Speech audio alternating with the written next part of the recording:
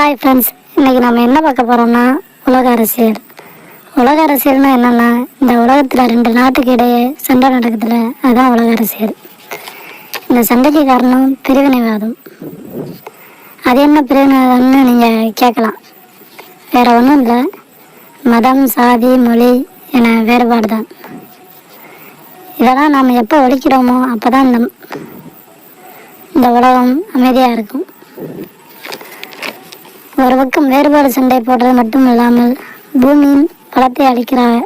இதனால் தான் பூமியில் நிலநடுக்கம், எரிமலை வெடிப்பு, மழை வெள்ளம் இப்படியெல்லாம் நடக்கிறது. ஆனால் மக்களாகிய நீங்கள் மரங்களை அழிக்கிறது, மணல் கொள்ளையடிக்கிறது, மலைகளை உடைத்தல் இப்படி பண்ணுறதுனால பூமி சூடாகிறது. பல இயற்கை பேரழிவு நடக்கிறது. மக்களாகிய நீங்கள் பூமியை எப்போ காப்பாற்ற முயற்சி செய்கிறீர்களோ அப்போ தான் மக்கள் நிம்மதியாக வாழ்வார்.